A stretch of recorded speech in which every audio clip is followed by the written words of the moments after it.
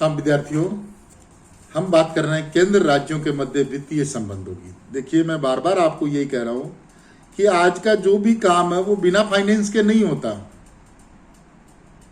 आराम से रह रहे हैं। जैसे अपन एक छोटे से घर का एक उदाहरण ले, अपन एक छोटे से घर का उदाहरण ले। घर में जो झगड़े हैं वो सारे घाटे के झगड़े हैं। लाभ को बांटने में झगड़ा बहुत कम होता है, घाटे को बांटने में झगड़ा होता है। धन को लेके झगड़ा होता है। ऐसे रहो ना, आप भी रहो, मैं भी रहता हूं, कहां दिक्कत है। जब धन आएगा तब झगड़ा होएगा। धन कम होएगा तो ज्यादा झगड़े होंगे, ज्यादा होएगा तो थोड़े से कम झगड़े होंगे उनको डिस्ट्रीब्यूट करने का। तो इसी तरीके से भारत के अंतर्गत केंद्र और राज्यों के मध्य जो झगड़े हैं, जो विवाद हैं, जो इश्यूज हैं, जो कॉन्फ्लिक्ट्स हैं, वो फाइनेंशियल सेक्टर के ज्यादा हैं। विधायी क्षेत्र के कम है, थोड़े से हैं विधायी क्षेत्र के भी। कभी कभी केंद्र अतिवाद कर जाता है, कभी कभी स्टेट अतिवाद कर जाता है, वो उसकी टेरिटरी में घुस जाता है, वो उसकी में घुस जाता है। लेकिन ये इतने ज़्यादा इफेक्टिव नहीं है, इतनी ज़्यादा उग्रता नहीं आती इनमें। समय रहते सलट जाते हैं ये चीज़ें।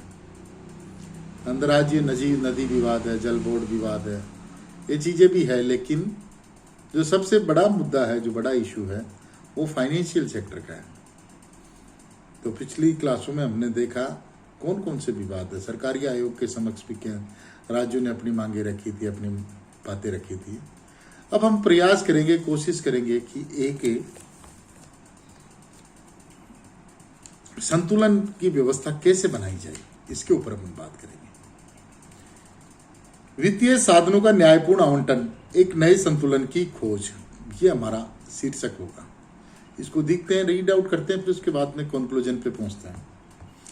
केंद्र राज्य वित्तीय संबंधों को अधिक सहज बनाने हेतु प्रशासनिक सुधार आयोग तथा राजमन्नार समिति प्रतिवेदन में भी विचार किया गया। इसी उद्देश्य से पश्चिम बंगाल की मार्क्सवादी सरकार ने भी एक विस्तृत मसौदा प्रस्तुत किया। प्रशासनिक सुधार आयोग ने अनुच्छेद 283 के अंतर्गत राज्यों को दी जाने वाली वित्तीय सहायता का सरलतम रूप प्रस्तुत किया। इस संबंध में आयोग की अनुशंसाएं इस प्रकार है। प्रथम, राज्यों को दी जाने वाली कुल केंद्रीय सहायता की मात्रा तय की जानी चाहिए। इसके बाद ऋण के रूप में दी जाने वाली रकम तय कर लेनी चाहिए। द्वितीय, इस अनुदान के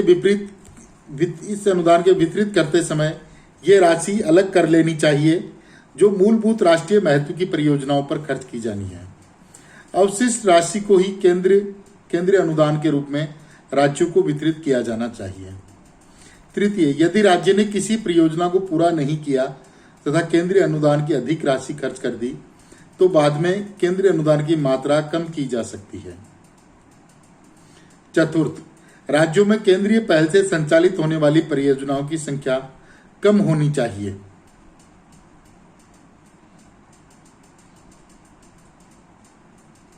और केंद्रीय पहल की परियोजनाओं के मानदंड निश्चित होने चाहिए। प्रशासनिक सुधार आयोग का विचार था कि राज्यों की परियोजनाओं को दो भागों, उत्पादित और गैर उत्पादित में बांटा जाना चाहिए। योजना आयोग को वे सिद्धांत तय करने चाहिए जिनके आधार पर परियोजनाओं को दो भागों में बांटा जा सकता है। केवल उत्पादित परियोजना के लिए ही ऋण सहायता उपलब्ध कराई जानी चाहिए।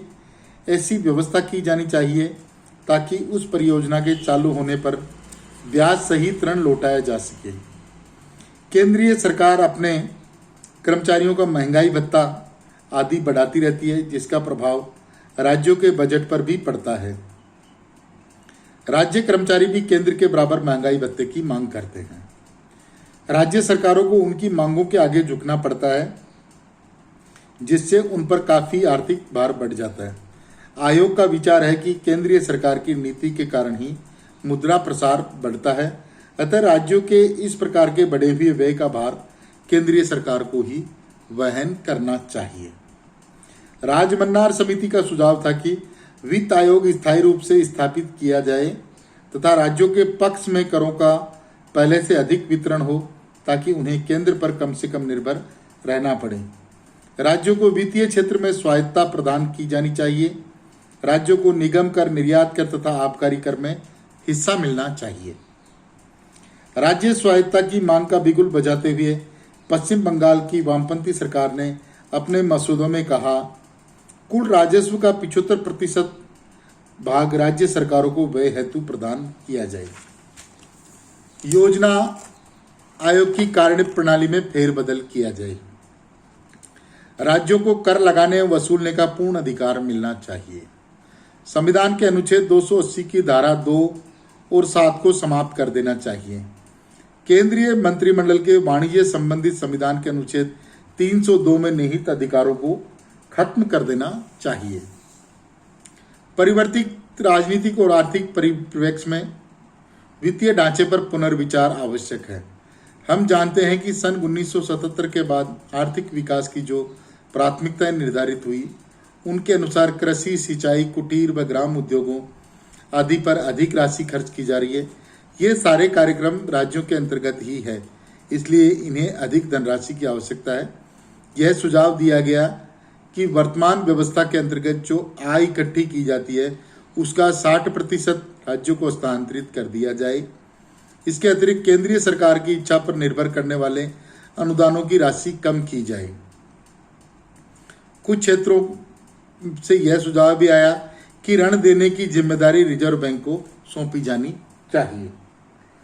वित्त संबंधी मामलों पर राज्यों की शिकायतों पर विचार करने हेतु सरकार या आयोग ने सिफारिश की है।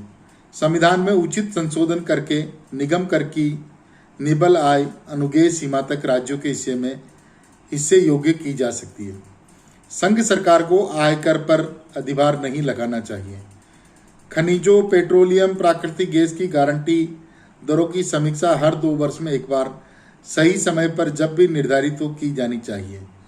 प्राकृतिक आपदाओं के होने पर तुरंत सहायता दी जानी चाहिए।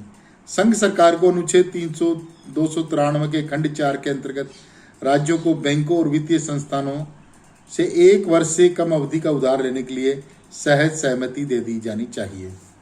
वित्त आयोग में विशेषज्ञों को स्थान दिया जाना चाहिए।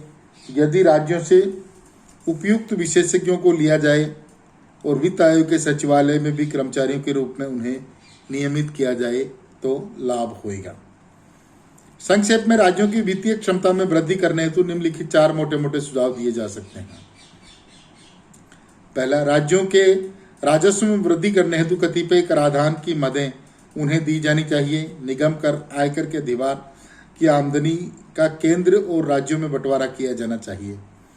योजनागत और गैर योजनागत अनुदानों के अंतर को समाप्त किया जाना चाहिए। राज्यों को आवंटित की जाने वाली अनुदान राशि देने की निश्चित प्रक्रिया का निर्धारण किया जाए। वित्त आयोग को स्थायी संवैधानिक निकाय का दर्जा दिया जाए, क्योंकि वर्तमान में योजना आयोग की प्रभावकारी भूमिका से वित्त आयोग की भूमिका कम हो गई है। राज्यों को दिए जाने वाले ऋण संवैधानिक सत्ता द्वारा निश्चित मापदंडों के आधार पर दिए जाए। वस्तुतः राज्यों को अधिक मात्रा में वित्तीय साधन तभी उपलब्ध किए जा सकते हैं जब अधिक साधन एकत्रित किए जाएं।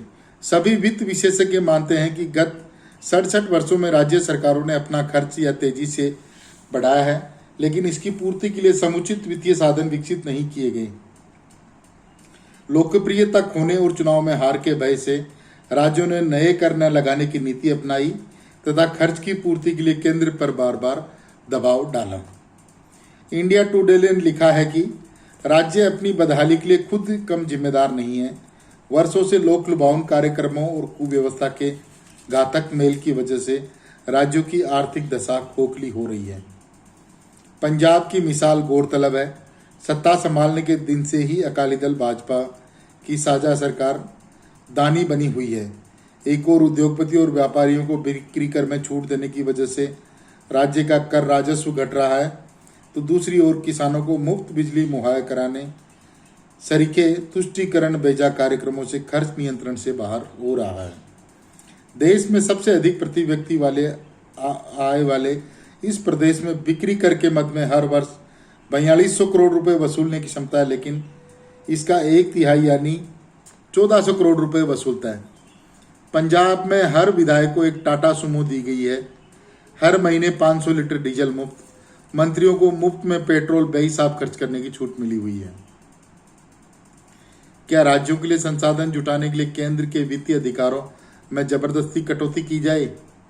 यह तथ्य है कि वित्त आयोग ने भी समय समय पर केंद्रीय आयकर में राज्यों का हिस्सा बढ़ाने की सिफारिशें की है और परिणाम स्वरूप आज आयकर का 77.5% भाग राज्यों को दिया जाता है, जबकि 1950 में राज्यों को 55% मिलता था। वस्तुतः वित्तीय अधिकारों के मामलों में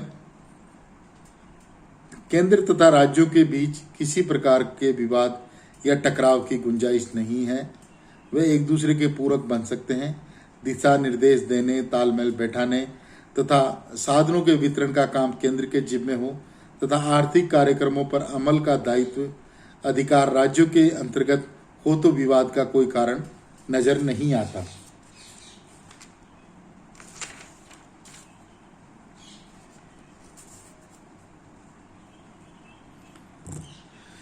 ये देखिए, केंद्र और राज्यों के मध्य जो विवाद के मुख्य कारण हैं वो वित्तीय कारण मैंने आपको बताया, सबसे बड़ा जो डिस्प्यूट है।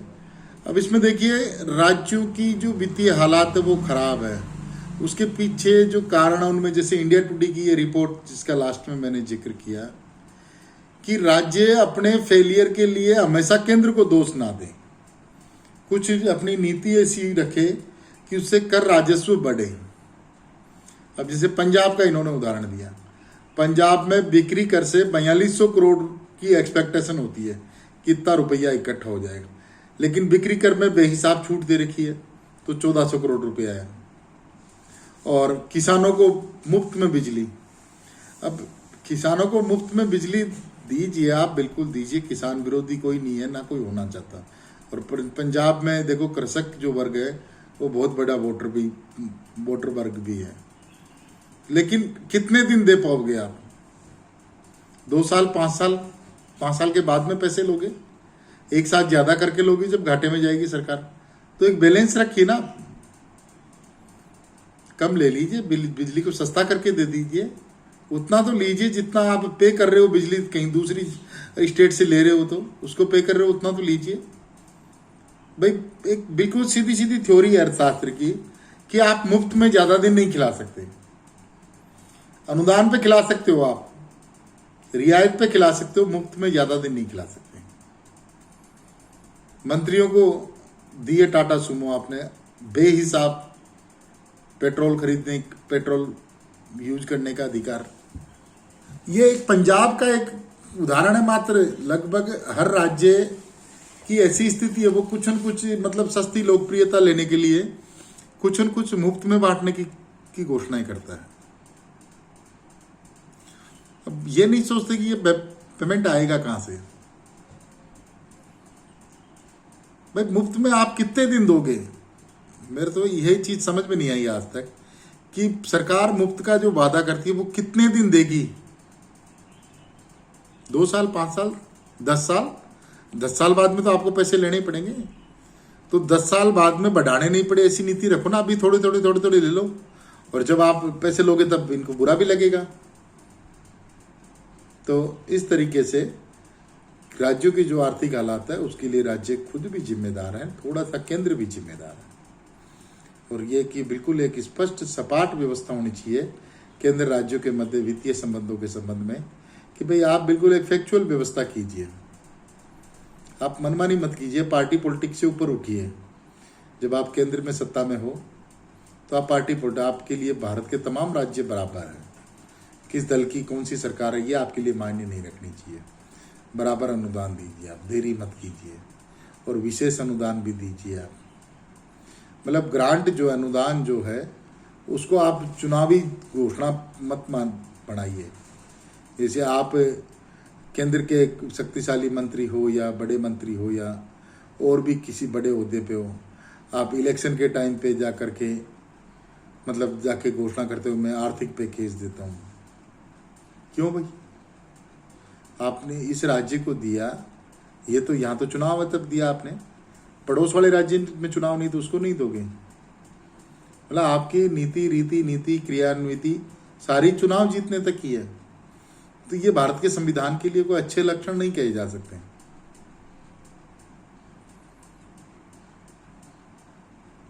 ये संविधान को कमजोर करने वाली बात। इससे राष्ट्रवाद बढ़ेगा नहीं, इससे राष्ट्रवाद गिरेगा अपना। आप चुनाव जीतने का हथकंडा मत बनाइए। आर्थिक अनुदान, विशेष पैकेज, आर्थिक सहायता चुनाव जीतने के हथियार नहीं है। ये भारत के संविधान ने आपको केंद्र का कर्ता धर्ता बनाया है। केंद्र की सरकार में हो आप, आर्थिक अनुदान, विशेष पैकेज ये राज्यों की आवश्यकताओं के अनुसार वितरित कीजिए, उनको दीजिए आवश्यकताओं के अनुसार। यहाँ चुनाव है इसलिए मत दीजिए। मैं इसको एक राजनीति शास्त्री की दृष्टि से गलत मानता हूँ। ठीक है, थैंक यू वेरी मच।